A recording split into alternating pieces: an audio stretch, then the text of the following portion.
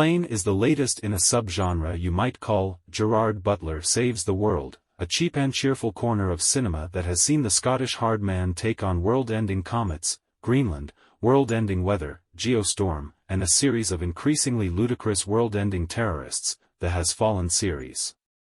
Plane, however, initially finds Butler not in action hero mode, but everyman mode. He plays airline pilot Brodie Torrance, a classic Gerard Butler character name, to sit proudly alongside Mike Banning and Big Nick O'Brien, an ordinary bloke who loves his daughter, loves his job, and has been known to get into a scrap.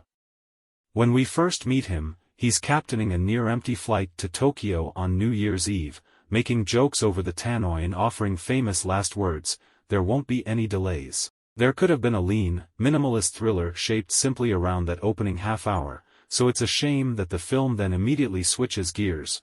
What starts in a comfortable disaster movie mold quickly handbrake turns into a generic, by-the-numbers action thriller, serving up a stale platter of fist fights, gun battles and hostage-taking.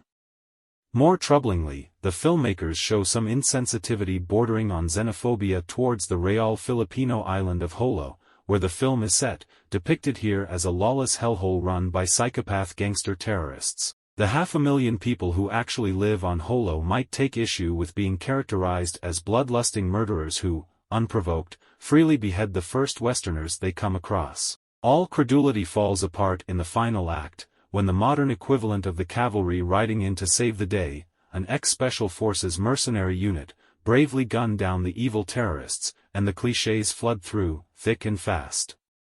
But Butler is still decent company for this sort of thoughtless silliness, bringing some dad who had a bad day charm and hard-as-nails muscularity to the kind of role that has become his speciality.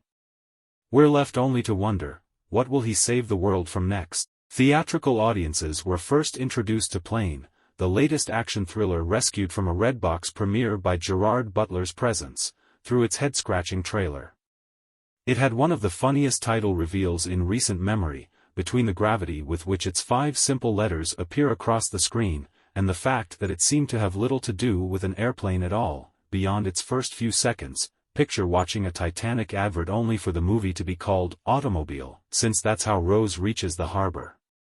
However, in an early twist to the new year, not only does the plane in question have a large and vital presence in the movie, but Jean-François Richet's tale of a plane trip gone awry, and a subsequent escape from a Filipino jungle teeming with militants, isn't just competently crafted, but pretty enjoyable too. The marketing may try to sell you a whiz-bang action movie, but Plane is surprisingly measured, starting with an extremely process-oriented, borderline cinema verite look at the titular plane and its passengers, not unlike Paul Greengrass' approach to United 93, from the instruments, to the boarding process, to the initial ascent. The mundane has rarely felt so engrossing in a B-movie made with an A-movie budget. However, unlike United 93, a biopic Plane is not, which becomes all too clear when the vessel's captain,